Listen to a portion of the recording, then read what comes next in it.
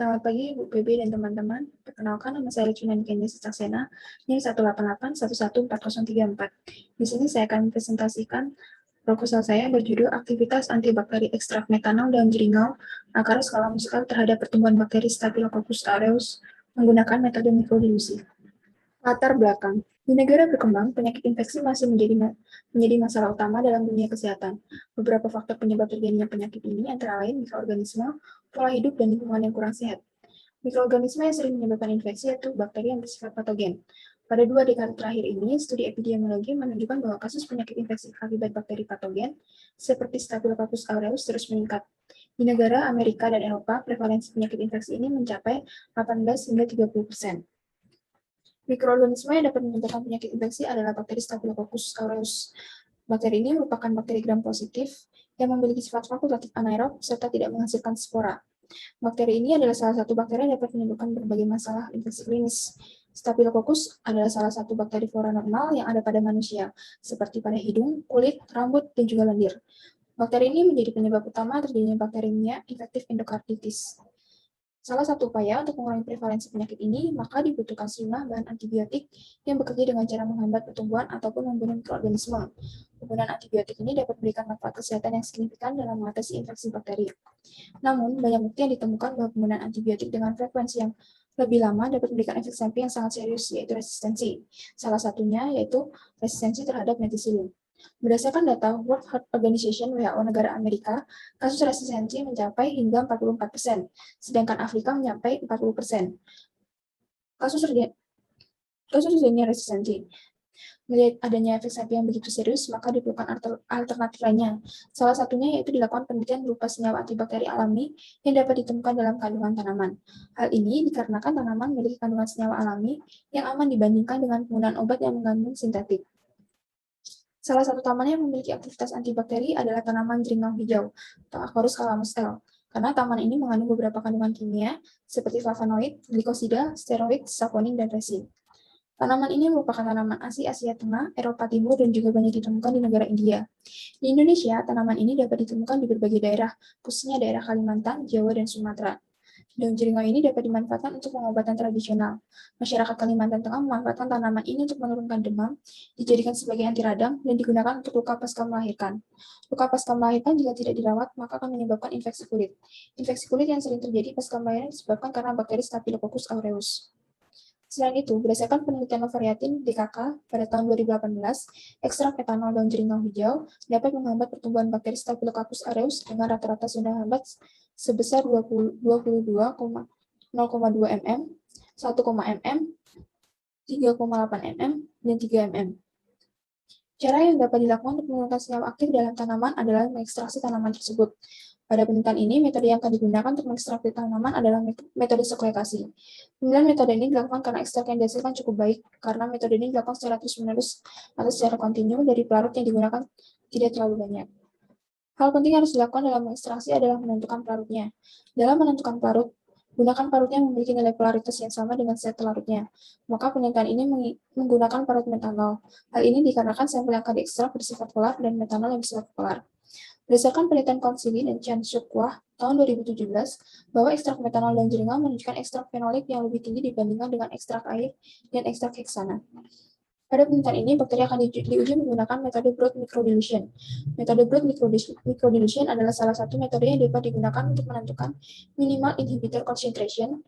Pada metode ini dinilai hanya membutuhkan jumlah yang sedikit dalam penggunaan media, reagen, dan zat uji.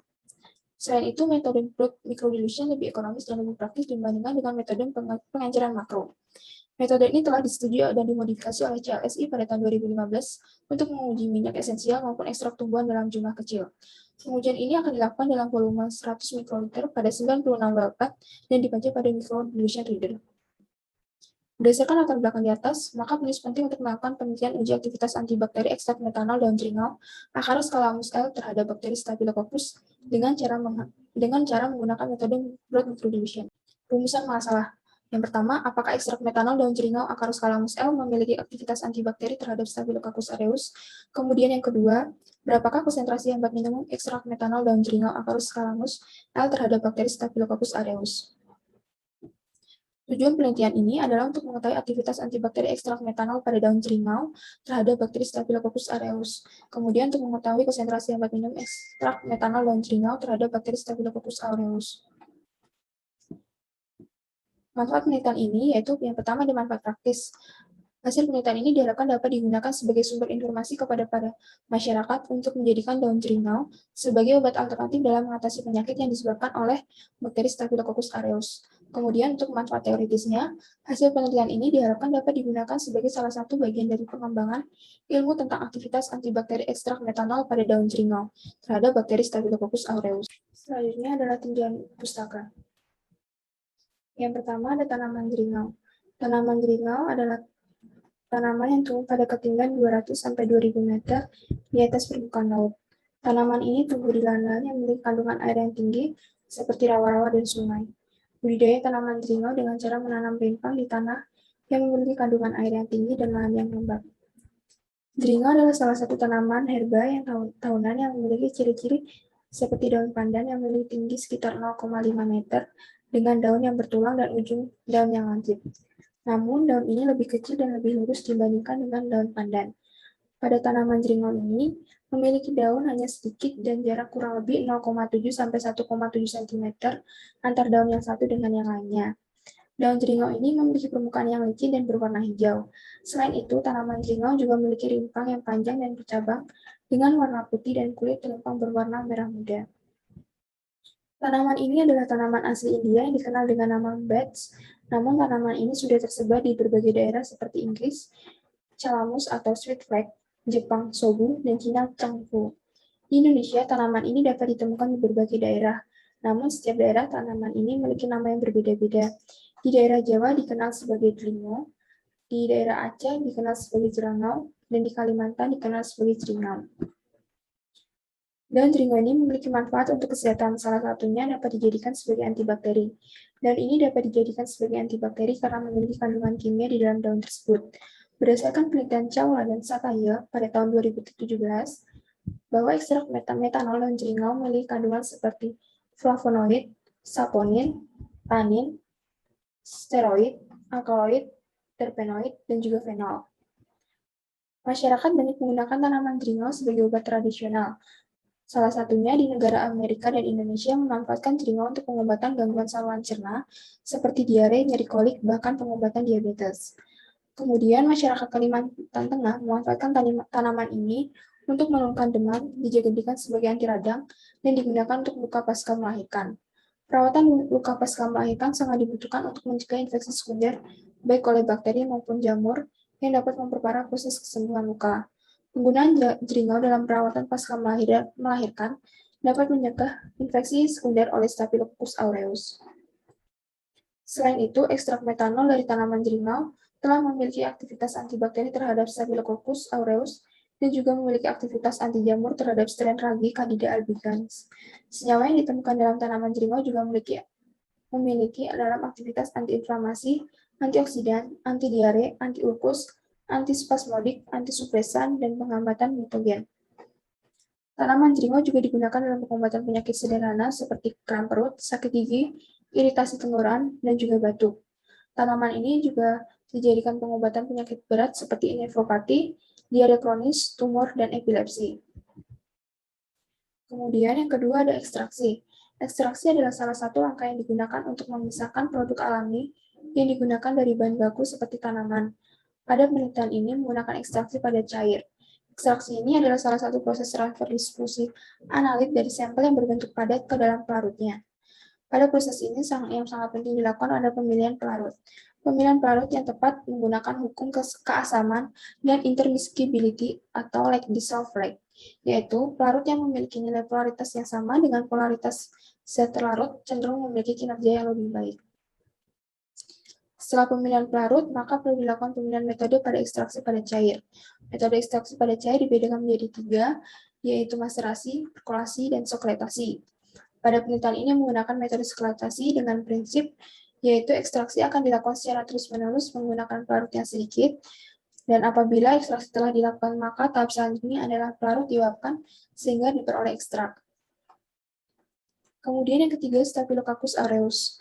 adalah salah satu bakteri gram positif berwarna ungu yang memiliki bentuk kokus dengan ukuran 1 mikro, dan bakteri ini akan tumbuh pada media yang memiliki temperatur 22-37 derajat Celcius dan memiliki diameter 1-22 mm dengan inkubasi selama 24 jam. Staphylococcus aureus adalah salah satu spesies dari Staphylococcus yang menghasilkan pigmen berwarna kuning emas sehingga dinamakan aureus. Bakteri ini dapat tumbuh dengan atau tanpa bantuan oksigen. Sebanyak 40% bakteri Staphylococcus aureus sering ditemukan pada orang sehat, terutama pada hidung, kulit, ketiak, dan perineum. Bakteri ini adalah salah satu bakteri yang menyebabkan infeksi pada kulit. Infeksi dapat berkembang pada kondisi yang memiliki suhu cukup tinggi dan lembab atau pada saat kulit terbuka akibat eksim, luka pembedahan, atau terbuka akibat alat intravena. Bakteri ini masuk ke dalam tubuh melewati folikel rambut, kelenjar keringat, dan luka-luka kecil pada tubuh. Staphylococcus patogen memiliki beberapa sifat, diantaranya dapat menghemolisis sel darah merah, membentuk koagulase sehingga membentuk pigmen, dan dapat memecah mannitol menjadi asam.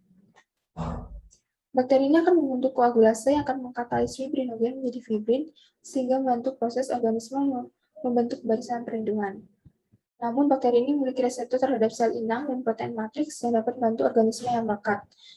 Bakteri ini dapat menyebabkan penyakit karena memiliki kemampuan untuk melakukan pembelahan dan menyebar luas ke dalam jaringan melalui produksi beberapa bahan ekstraseluler.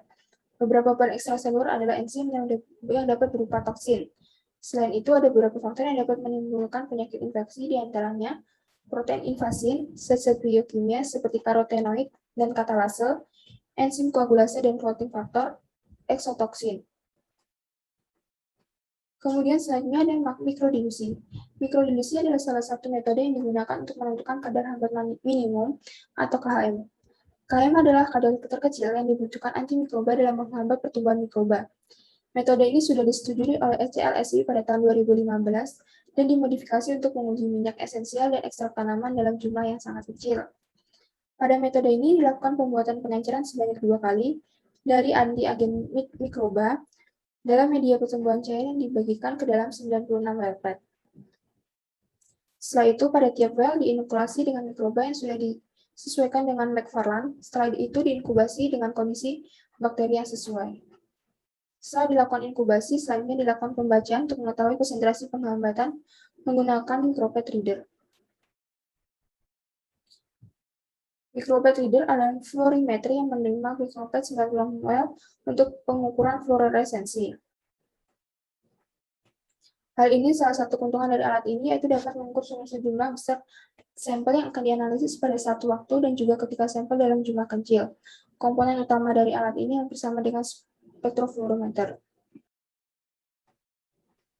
Kemudian selanjutnya adalah landasan teori. Berdasarkan penelitian yang dilakukan Nurfayatin DKK tahun 2018, bahwa ekstrak etanol daun jeringau dapat menghambat pertumbuhan bakteri Staphylococcus pada konsentrasi 1%, 5%, 10%, dan 15% dengan rata-rata zona hambat berturut-turut 0,2 mm, 1,4 mm, 3,8 mm, dan 3 mm.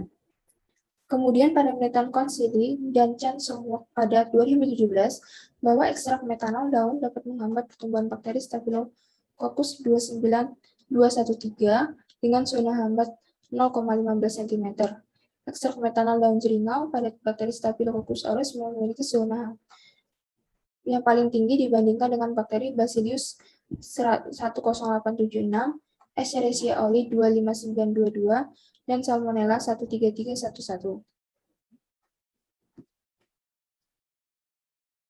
Selanjutnya adalah hipotesis penelitian. Ekstrak metanol daun jeringau Acarus calamus L mempunyai efek antibakteri terhadap pertumbuhan Staphylococcus aureus. Jenis dan rancangan penelitian. Penelitian ini merupakan penelitian eksperimental murni dengan menggunakan rancangan random sampling. Kemudian variabel penelitian. Variabel bebasnya yaitu konsentrasi ekstrak metanol daun jeringau. Kemudian variabel tergantungnya adalah aktivitas antibakteri terhadap pertumbuhan Staphylococcus aureus. Variabel pengacau terkendalinya yaitu bakteri Staphylococcus aureus, dan variabel pengacau tak terkendalinya yaitu suhu pengeringan pada Simplicia. Bahan penelitian yang digunakan adalah daun jeringau, bakteri S. aureus, media TSA, media BHI, metanol, Aquades, DMSO, antibiotik clindamycin, dan kertas saring Wetman. Kemudian alat penelitian yang digunakan ada neraca, hot bath, water bath, kondensor, alas bulat, timbal, pipa F, sifon, autoclave, jarum OC, magnetic stirrer, oven, inkubator, pengayak, grinder, cawan perselen, rotary evaporator, dan alat-alat gelas Pirek seperti tabung reaksi, gelas Becker, Erlenmeyer, lampu takar, batang pengaduk, gelas ukur, pipet volume, cawan Petri, dan juga pipet tetes. Kemudian, tata cara penelitian. Pertama itu adalah persiapan sampel. Sampel yang digunakan dalam penelitian ini adalah daun jeringau yang didapatkan dari Lembaga Pendampingan Usaha Buruh Tani dan Nelayan LPUBTN, Kecamatan Sleman, Yogyakarta. Daun jeringau ini kemudian dikeringkan menggunakan oven pada suhu 40 derajat Celcius selama 24 jam. Setelah daun jeringau yang kering, daun jeringau dihaluskan menggunakan mesin grinder hingga menjadi serbuk halus. Kemudian serbuk simplisia diayak menggunakan ayakan dengan nomor mes 40. Serbuk simplisia dari daun jeringau disimpan dalam wadah tertutup rapat dan diberikan sedikit gel agar tidak lembab dan berjamur. Sebelum dilakukannya pengeringan, sampel ini sebaiknya dideterminasi terlebih dahulu. Kemudian yang kedua ada preparasi ekstrak. Ekstrak yang akan digunakan dalam penelitian ini adalah ekstrak metanol daun jeringau yang dilakukan dengan cara sekretasi.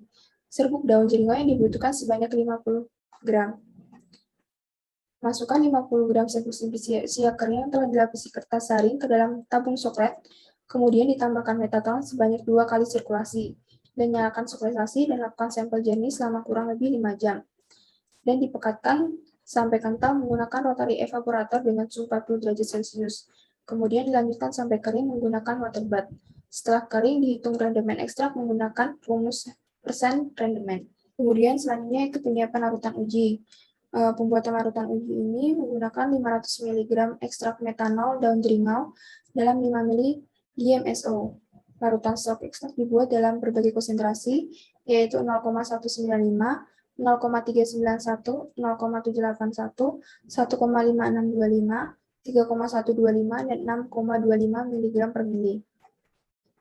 Kemudian, kultur bakteri uji. Staphylococcus aureus diinokulasi pada media TSA dengan metode strict dan diinkubasi selama 40 jam pada suhu 30 derajat Celcius.